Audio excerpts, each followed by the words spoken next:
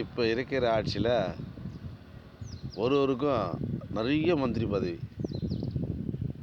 பதவி அவருக்கு என்னென்னே தெரியாது. ஆனால் நிறைய மந்திரி பதவி. இது எப்படின்னா நிறைய அது அதிகமாக, அதாவது ஒருத்தருக்கு ஒரு மந்திரி பதவி இருந்தால் போதுமா, 2 3 4 இந்த சொல்லாத வாங்கிக்கோ மாதிரி. அவர் என்ன பார்த்துருக்கிறார், அவர் என்ன துறையிலும் தெரியாது. அத்தனை மந்திரிங்க இன்றைக்கி இருக்கிற மந்திரிங்க. அது மட்டும் அவ்வளோ அதை விட அவ்வளோமான நிலை ஒன்று. இந்த ஓசி சோறு சாப்பிட போவாங்க தெரியுமா, கல்யாண சாப்பாடு. அது மாதிரி இந்த காங்கிரஸ் கட்சிக்கார், இந்த முஸ்லீமுக்கு விடுதலை இது மாதிரி போய் அந்த கட்சியில் போய் கூட்டணி வச்சுக்கின்னு அவங்க தான் ஜெயித்தாங்க. கூட இவங்க முட்டு கொடுக்க போனாங்க பாருங்கள். இவங்க எல்லோரும் மந்திரி பதவி. இவங்களுக்கு பெரிய பெருமை. நம்மளுக்கு கூட்டணி ஆட்சி இடம் கொடுத்துட்டாங்க, நான் மந்திரி பதவி வாங்கிட்டு அவனுக்கு ஜெயிச்ச இடத்துல போய் நீங்கள் சும்மா முட்டு கொடுத்துட்டு உங்களுக்கு மந்திரி பதவி. யார் விட்டு கல்யாணத்தில் உட்காந்து சாப்பிட்டு சாப்பிட்ட பெருமை பீத்திக்கிறீங்க.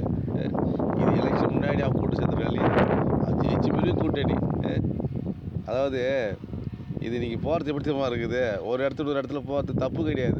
போகலாம், அவங்க சுதந்திர நாடு, அவர் சுழ இருப்போம். ஆனால் ஒரு கூட்டணி ஜெயிச்சுட்டு அடுத்த கூட்டணி, அந்த கூட்டணி மொத்தமாக வாசல் பண்ணிட்டு போகணும். அது நல்லது.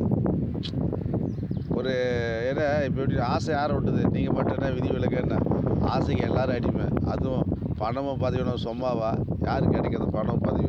ஒரு கட்சி இருக்குது, அனுபவிங்க. ஆனால் இந்த 5 வருஷம் அனுபவிங்க.